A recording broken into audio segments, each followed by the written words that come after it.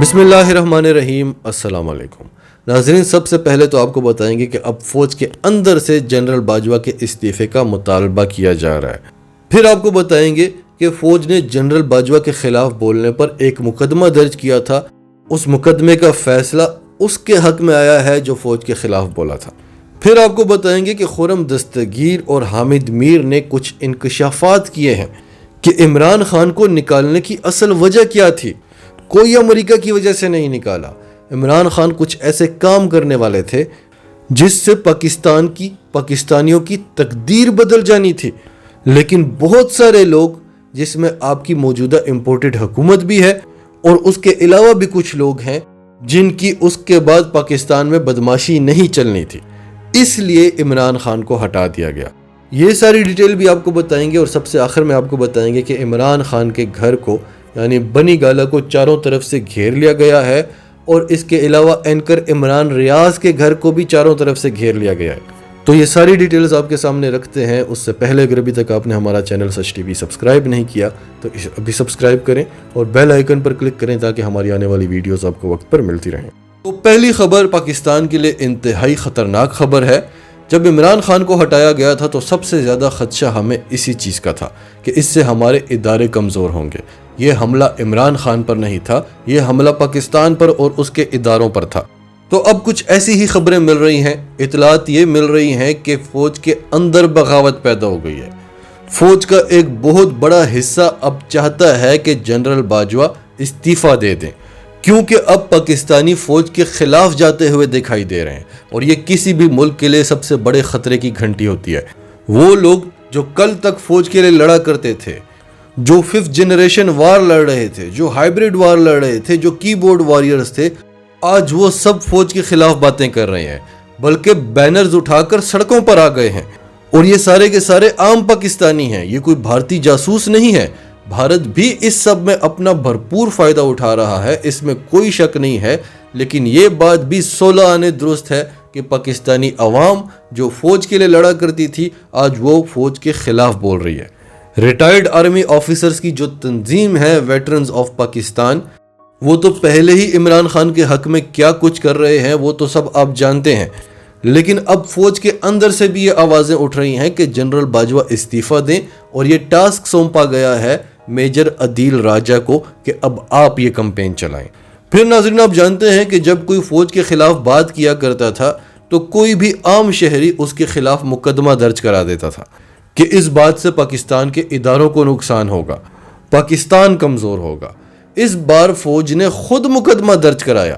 کس کے خلاف؟ شیریں مزاری کی بیٹی ایمان مزاری کے خلاف، کیونکہ جب شیریں مزاری کو گرفتار کیا گیا تھا یا اغوا کیا گیا تھا تو ایمان مزاری نے کہا تھا کہ جس طرح سے میری ماں کو اٹھایا گیا یہ سٹائل جنرل باجوہ کا لگتا تھا، اور پھر بعد میں انہوں نے اپنے بیان پر معذرت بھی کر لی تھی کیونکہ یہ ایک غلط بیان تھا۔